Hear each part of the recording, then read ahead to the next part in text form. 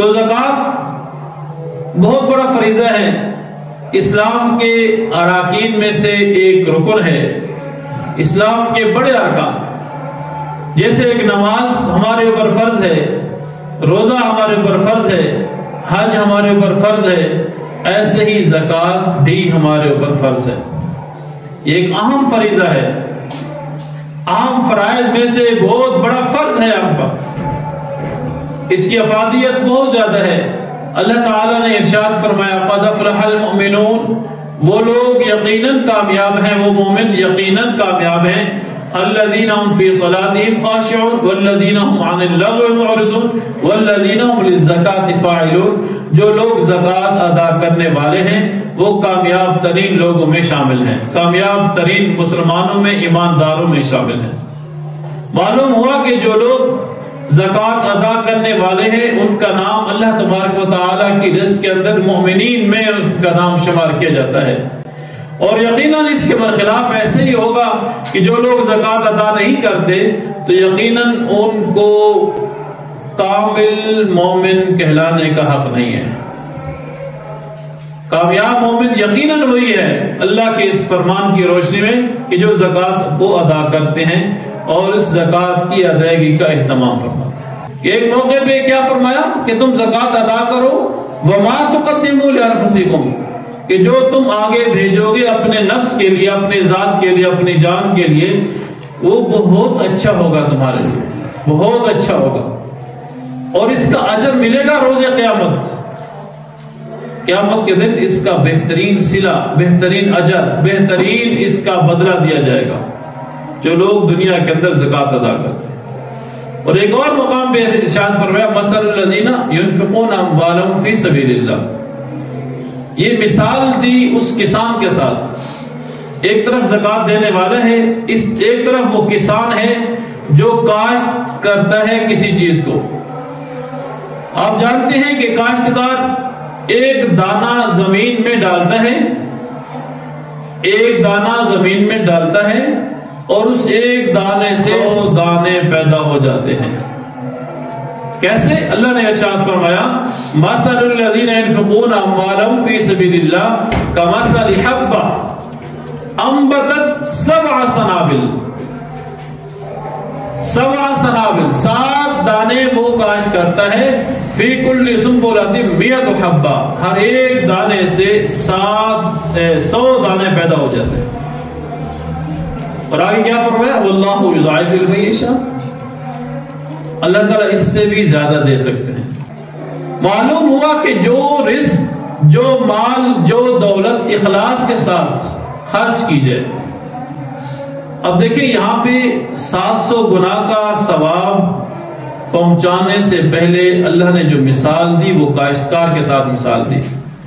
کاشتکار کیسے کرتا ہے کہ وہ زمین میں ڈالتا ہے دانے کو، وہ زمین میں ڈالنے کے بعد وہاں سے خوشے نکلتے ہیں، وہاں سے گندم نکلتی ہے اور اس سے اس کا اجر ملتا ہے، اس سے اس کو فائدہ ملتا ہے، اس سے کو خوشی نصیب ہوتی ہے۔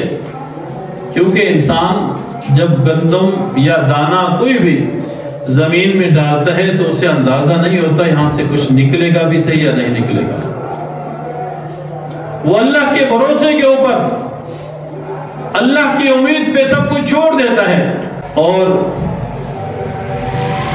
جو آدمی اخلاص کے ساتھ اللہ کے راستے میں خرچ کرتا ہے خفیہ طریقے سے، اللہ تعالیٰ اس کو 700 گنا تک اجر دیتا ہے۔ واللہ یضاعف لمن یشاء، اس سے بھی زیادہ ہو سکتا ہے، اس سے بھی بڑھ سکتا ہے۔ رسول اللہ صلی اللہ علیہ وسلم نے ارشاد فرمایا کہ بنی اسرائیل کا ایک آدمی سفر کر رہا تھا، اچانک دیکھتا ہے ایک ریت کا ایک ٹیلا اسے نظر آتا ہے، بلند و بالا ٹیلا، ایک پہاڑ نما۔ جب اسے دیکھتا ہے اس کے دل میں ایک حسرت پیدا ہو جاتی ہے، یا اللہ میرے پاس اس ریت کے ٹیلے کے برابر رقم ہوتی، دولت ہوتی، خزانہ ہوتا، میں وہ دولت، وہ رقم، وہ خزانہ تیرے راستے میں خرچ کر دیتا، کاش کہ میرے پاس اتنی رقم ہوتی۔ اللہ تبارک و تعالی نے ارشاد فرمایا اے میرے نبی اپنے اس بندے سے کہہ دیجئے جو تو نے اپنے دل کے اندر ایک حسرت کا اظہار کیا، اپنی خواہش کا اظہار کیا، اللہ تعالی نے تیری دولت، تیرا مال، تیرا رزق اپنے راستے میں قبول کر لیا۔ دیا کچھ بھی نہیں ہے،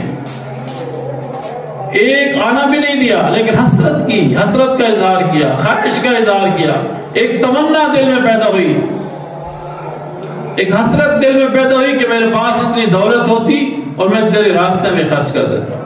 اس سے معلوم ہوتا ہے کہ انسان جب خلوص کے ساتھ، اخلاص کے ساتھ، اللہ سے ڈرتے ہوئے، اللہ کے احکامات کی پیروی کرتے ہوئے جو بھی مال اللہ کے راستے میں خرچ کرتے ہیں، اللہ تعالیٰ اس کو بہت زیادہ اجر دیتے ہیں، اور خرچ کرنے سے پہلے ہی اس کا اجر اس کے لیے مل جاتا ہے، اسے ملنا شروع ہو جاتا ہے۔ غزوہ تبوک کے موقع پہ رسول اللہ صلی اللہ علیہ وسلم نے چندے کا اعلان کیا، امداد کا اعلان کیا، لیکن ایک صحابی رسول ایسے تھے ان کے پاس دینے کے لیے کچھ نہیں تھا۔ رات کو تہجد کے وقت اٹھتے ہیں، اللہ سے دعا کرتے ہیں، یا اللہ تیرے محبوب نے، ہم سب کے پیغمبر نے ہم سے تیرے راستے میں جہاد کرنے کے لیے مال مانگا، یا اللہ میرے پاس مال تو نہیں ہے، یا اللہ تو میری جان اپنے راستے میں قبول فرما لے، میں مال تو نہیں دے سکتا لیکن یا اللہ تو میری جان اپنے راستے میں قبول فرما لے۔ رسول اللہ صلی اللہ علیہ وسلم جب صبح فجر کی نماز کے لیے مسجد نبوی تشریف لائے، آپ صلی اللہ علیہ وسلم نے سوال پوچھا کہ رات کون تھا جس نے اللہ سے دعا مانگی تھی کہ یا اللہ میری جان کو قبول فرما لے؟ صحابہ کرام خاموش تھے۔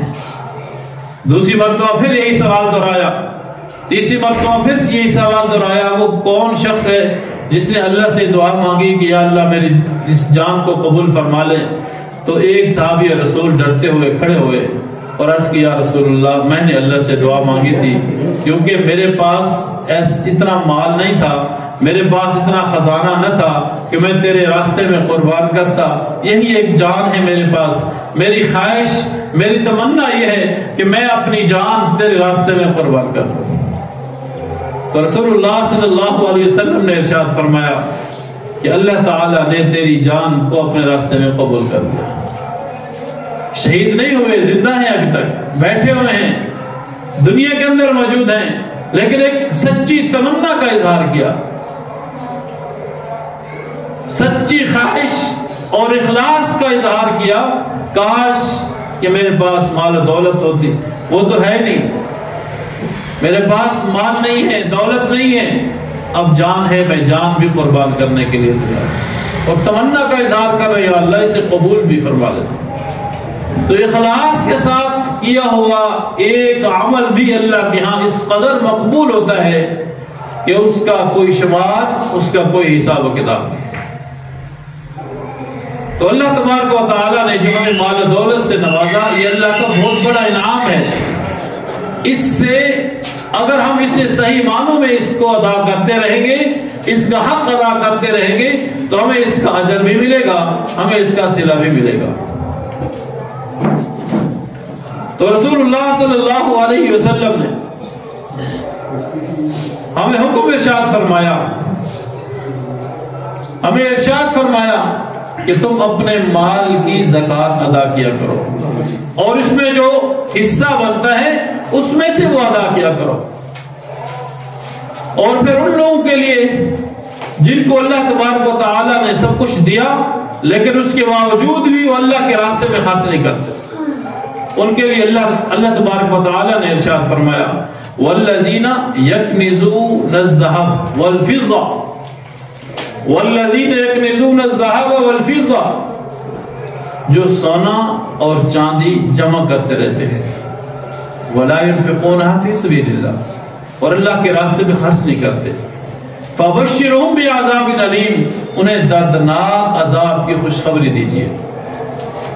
سونے اور چاندی کو جمع کرنا، اس سے مراد مال و دولت ہے، مال و دولت کو جمع کرتے رہتے ہیں لیکن تیرے راستے میں خرچ نہیں کرتے، اور اس کے لیے اللہ تبارک و تعالیٰ ارشاد فرما رہے ہیں فَبَشِّرْهُمْ بِعَذَابٍ أَلِيمٍ، انہیں دردناک عذاب کی خوشخبری سنا دیجئے، اور کہیے ان سے یوم یحمى علیہا فی نار جہنم، یہ جو آپ کا سونا اور چاندی ہے، یہ جو آپ کی مال و دولت ہے، اسے کیا کیا جائے گا؟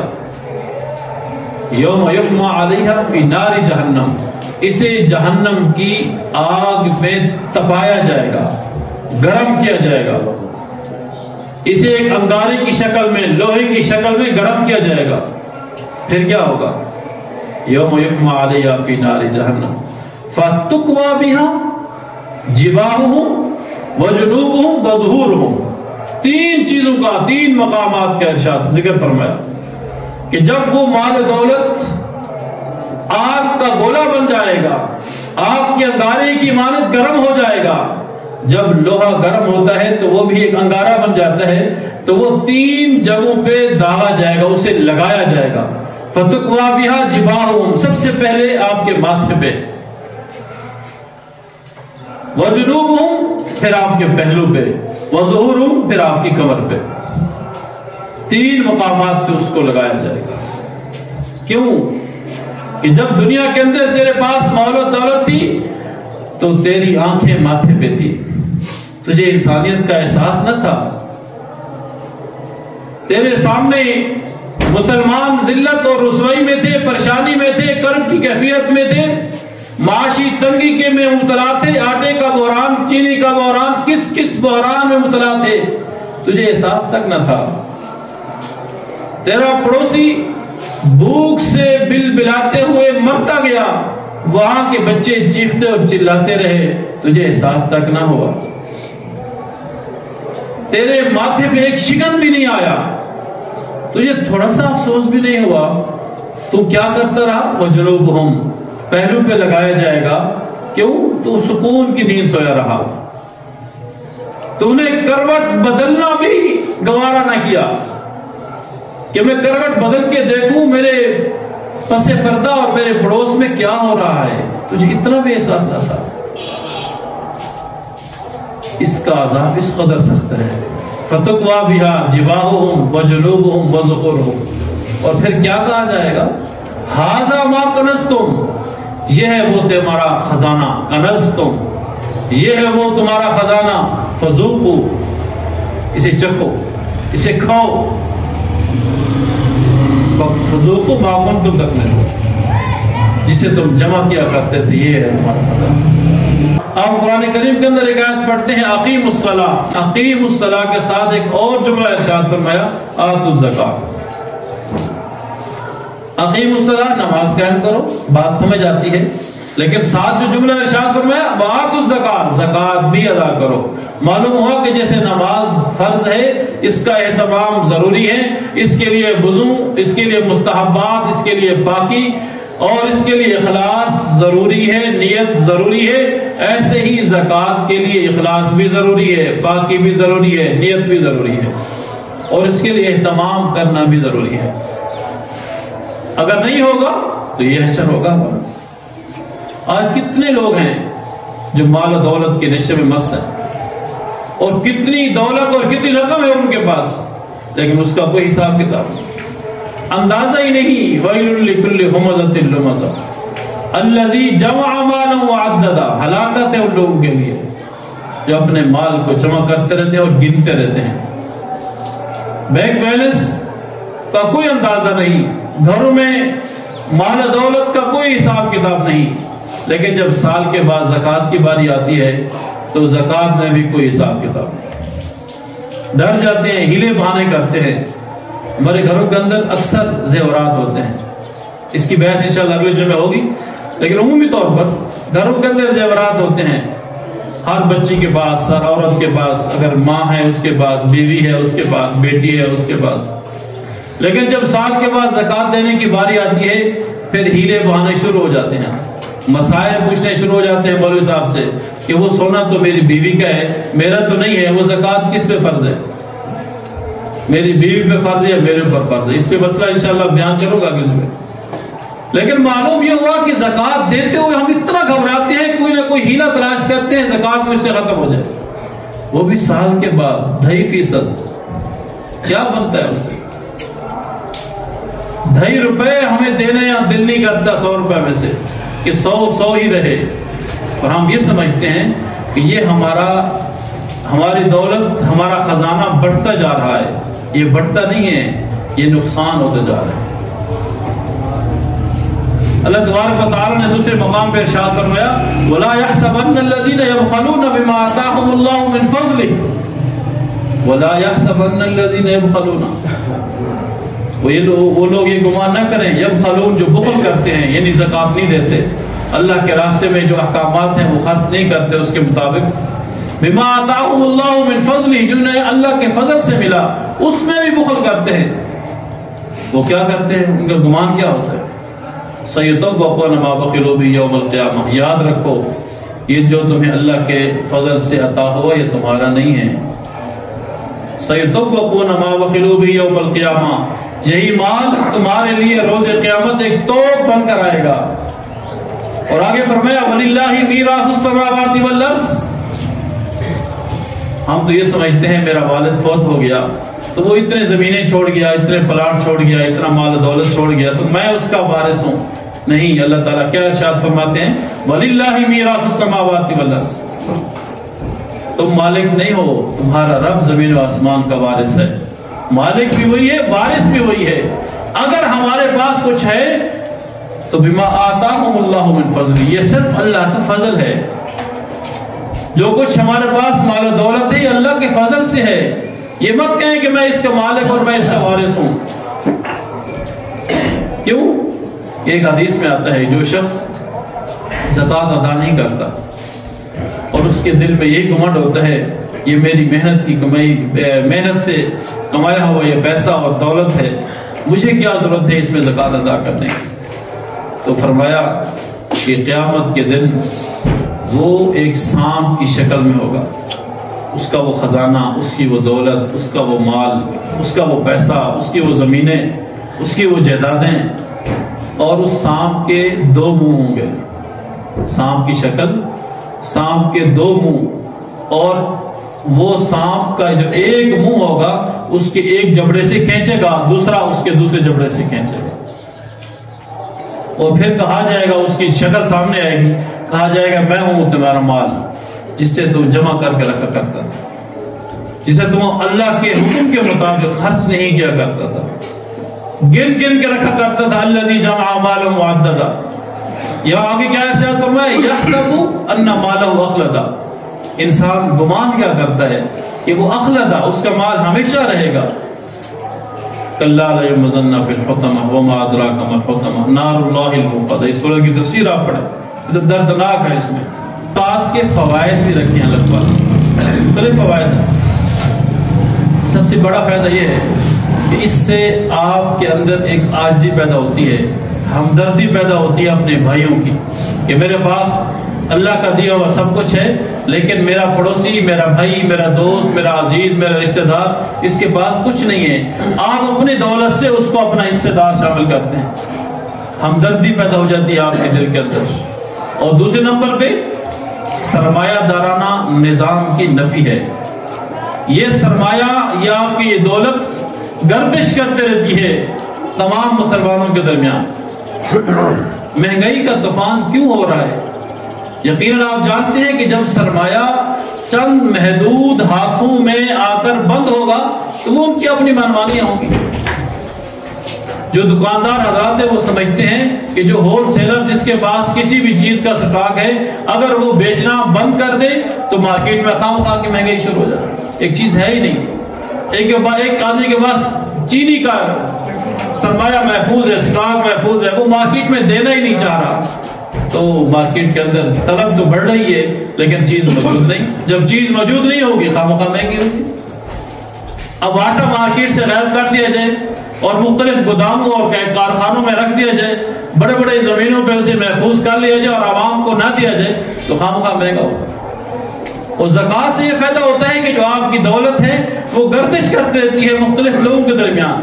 ایک آدمی کے ہاتھ میں، ایک خاندان کے ہاتھ میں نہیں، مختلف لوگوں کے پاس ہوتی ہے. تو اس سے ایک تو مہنگائی نہیں ہوتی، دوسرا قلت پیدا نہیں ہوتی لوگوں کے درمیان، اور تیسرا فائدہ انسان کا اپنا ہے. اللہ تعالیٰ ارشاد فرماتے ہیں وَسَيُجَنَّبُهَا الْأَتْقَى الَّذِي يُؤْتِي مَالَهُ يَتَزَكَّى، سورۃ اللیل 30واں پارہ، کہ وَسَيُجَنَّبُهَا الْأَتْقَى، وہ آدمی جہنم سے بچایا جائے گا.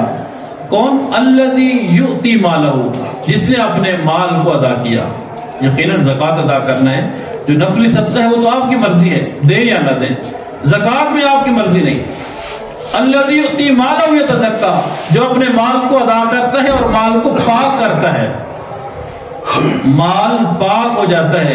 وہ جو میل کچیل ہے اسے آپ خرچ کر دیتے ہیں، جب تک وہ میل کچیل نہیں نکلے گی آپ کا سارا مال اس میل کچیل کی وجہ سے گندا رہے گا. ہم تو یہ سمجھتے ہیں کچھ رقم نکل گئی تو دولت کم ہو جائے گی، نہیں، یتزکا، آپ کا دل بھی پاک ہوگا، آپ کا مال بھی پاک ہوگا، آپ کے اندر اعمال کی، روحانیت کی اور اللہ تعالیٰ کی احکامات کے اوپر عمل کرنے کا ایک جذبہ پیدا ہوگا. تو دعا یہ فرمائے کہ اللہ تبارک و تعالیٰ جو زکوٰۃ کے احکامات ہیں، زکوٰۃ کی اہمیت ہے، اللہ تعالیٰ ہم مسلمانوں کو سمجھنے کی توفیق عطا فرمائے. زکوٰۃ کا نصاب کتنا ہے، زکوٰۃ کے مسائل کیا ہیں، کس کے اوپر زکوٰۃ ہے، کس کے اوپر نہیں ہے، کس کو زکوٰۃ دینی چاہیے، اس موضوع پہ انشاءاللہ اگلے جمعے بات ہوگی. دعا فرمائے اللہ تبارک و تعالیٰ عمل کی توفیق عطا فرمائے.